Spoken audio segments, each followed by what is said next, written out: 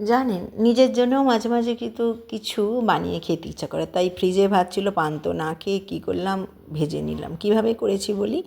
প্রথমে কড়াটা বসিয়ে আমি একটু ঘি দিলাম আর একটু সাদা তেল দিলাম।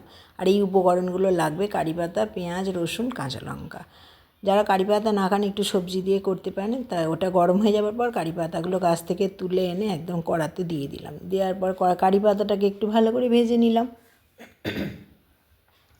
ভেজে নেওয়ার পর পেঁয়াজগুলো ঝিরিঝিরি করে কুটেছিলাম, কুটে ওটাকেও ভেজে নিলাম। ভাজা হয়ে যাবার পর কাঁচা লঙ্কা আর রসুন দুটোই দিয়ে দিলাম, দিয়ে আর একটু ভেজে নিলাম। নিয়ে মাঝখানটা একটু গর্ত মতো করে নিয়ে ওর মধ্যে একটু ঘি দিলাম। ঘি দিয়ে কিন্তু পেঁয়াজ বা ডিম ভাজলে হেভি সুন্দর খেতে হয়। তারপরে ওটাতে কেউ ভালো যদি ঘি খেতে ভালোবাসে, তার যদি খাওয়া চলে, সবটাই ঘি দিয়ে করা যেতে পারে।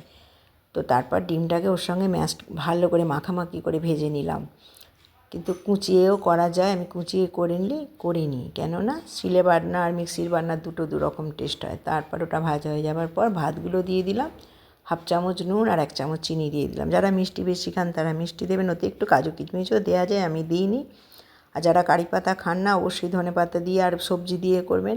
ব্যাস, ভাজা হয়ে গেল। ওপর থেকে একটু ঘি দিয়ে চাপা দিলে রেডি হয়ে যাবে। আমি তো সব কিছু রান্নায় শেয়ার করি যাতে লোকের খেতে ইচ্ছা করলেও খেতে পারে বা বাচ্চাদের দিতে পারে। 8 থেকে 80 খেতে সবাই ভালোবাসি।